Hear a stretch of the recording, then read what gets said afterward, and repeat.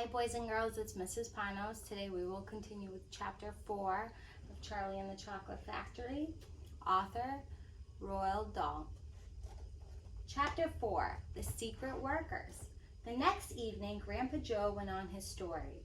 "You see, Charlie," he said, "not so very long ago there used to be thousands of people working in Mr. Willy Wonka's factory.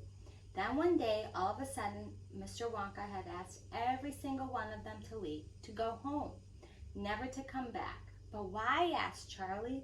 "Because of spies." Spies? Yes, all the other chocolate makers you see had begun to grow jealous of the wonderful candies that Mr. Wonka was making, and they started sending spies in to steal his secret recipes. The spies took jobs in the Wonka factory, pretending that they were ordinary workers. And while they were there, each one of them found out exactly how a certain special thing was made.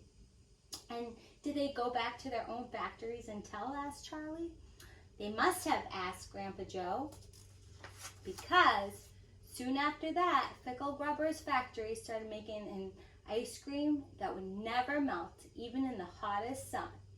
Then Mr. Proudnose's factory came out with a chewing gum that never lost its flavor, however much you chewed it. And then Mr. Slugworth's factory began making candy balloons that you could blow up to huge sizes before you popped them with a pin and gobbled them up. And so on and so on and so on." And Mr. Willy Wonka tore his beard and shouted, "This is terrible. I shall be ruined. There are spies everywhere. I shall have to close the factory." "But he didn't do that," Charlie said. "Oh, yes, he did. He told all the workers that he was very sorry, but they would have to go home.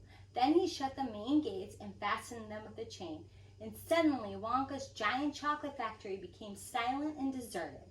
The chimneys stopped smoking, the machines started whirring, and from then on, not a single chocolate or candy was made. Not a soul went in or out, and even Mr. Wonka himself disappeared completely." Months and months went by.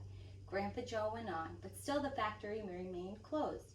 And everyone said, "Poor Mr. Wonka. He was so nice and he made such marvelous things. But he's finished now. It's all over." Then something astonishing happened. One day, early in the morning, thick columns of white smoke were seen to be coming out of the tops of the tall chimneys of the factory.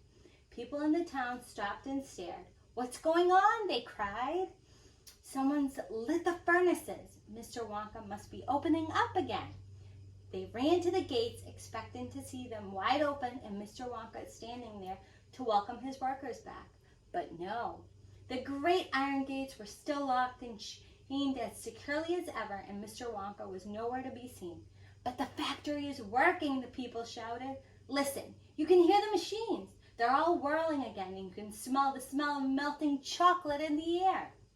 Grandpa Joe leaned forward and laid a long bony finger on Charlie's knee, and he said softly, "But most mysterious of all, Charlie, were the shadows in the windows of the factory. The people standing on the street outside could see small dark shadows moving about behind the frosted glass windows." "Shadows of whom?" said Charlie quickly. That's exactly what everyone else wanted to know. "The place is full of workers," the people shouted. "But nobody's gone in. The gates are locked. It's crazy. No one ever comes out either." But there was no question at all, said Grandpa Joe, that the factory was running. And it's gone on running ever since for these last 10 years. What's more, the chocolates and candies it's been turning out have become more fantastic and delicious of all time. And, of course now, when Mr. Wonka invents some new and wonderful candy, neither Mr. Fickleberg Grubber, nor Mr. Proudnose, nor Mr. Slugworth, nor anybody else is able to copy it. No spies can go into the factory to find out how it's made. "But Grandpa, who?" said Charlie. "Who is Mr. Wonka using to do all the work in the factory?" "Nobody knows, Charlie." "But that's absurd. Hasn't someone asked Mr. Wonka?" "Nobody sees him anymore. He never comes out. The only things that come out of that place are chocolates and candies. They come out through a special trap door in the wall, all packed in a dress, and they are picked up every day by post office trucks." "But Grandpa, what sort of people are they that work in there?" "My dear boy," said Grandpa Joe, "that is one of the great mysteries of the chocolate making world.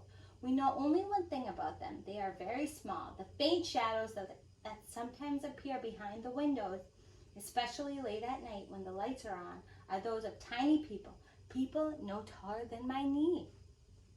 There aren't any such people, Charlie said. Just then Mr. Bucket, Charlie's father, came into the room.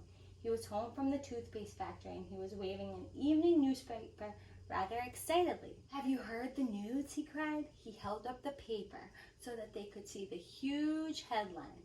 The headline said, Wonka Factory to be opened at last to lucky few.